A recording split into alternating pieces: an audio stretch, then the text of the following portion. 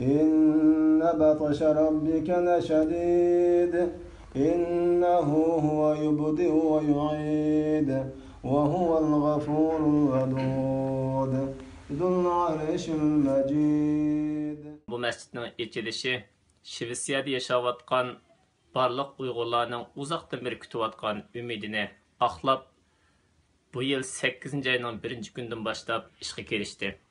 Endi bu məscidni texmi tərəqqi qıldırıb, xizmətlərini texmi yükseldirib, Şvetsiyada yaşayotgan barlıq Uyğurlarning texmi zor dərəcədə qo'llanish uchun xizmatga kirgizish ishlari mushu jamiyat oqsoqollari, tashkilot mas'ullari qatorliq Shvetsiyada aktiv faoliyat qilayotganlarninki zimmasiga yuklangan bir vazifa. Bu vazifani amalga oshirish, bu vazifani o'zaro bir-birimizga tavsiya qilish uchun bu oyning 9-sida bu yig'inni ochdik.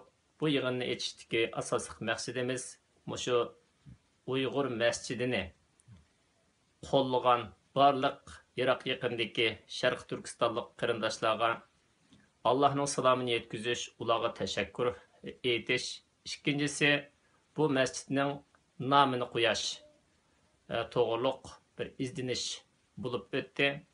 Biz nurg'un bahs munozara qilgandan keyin bu masjidning ismini Sutuq Bug'roxon deb atashni qaror qildik.